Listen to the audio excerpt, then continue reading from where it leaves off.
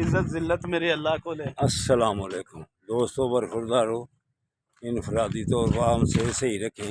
تو ان سب کو کہتا ہوں، جو ان کو کہتا ہوں آئین پر چلو، یہ جو زیادتی کرتی ہیں نا کسی پر، یہ بند کریں۔ جو کسی کو دفتر سے کوئی نکلے، کوئی پی ٹی آئی کا ہو، کسی جماعت کا ہو، اگر اس پر کوئی بھی زیادتی کرے گا تو اللہ کی ویڈیو بن رہی ہے، اللہ دیکھ رہا ہے۔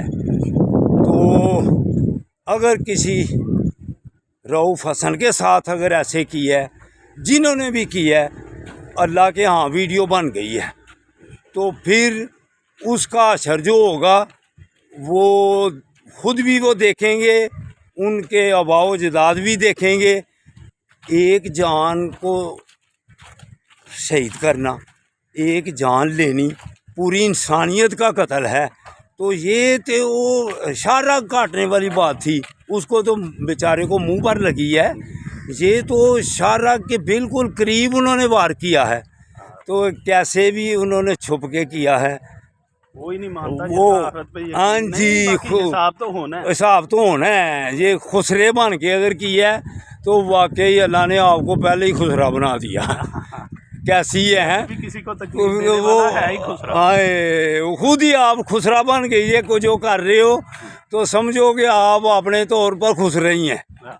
یہ مردوں والا کام ہے، کسی کو اذیت پہنچانا۔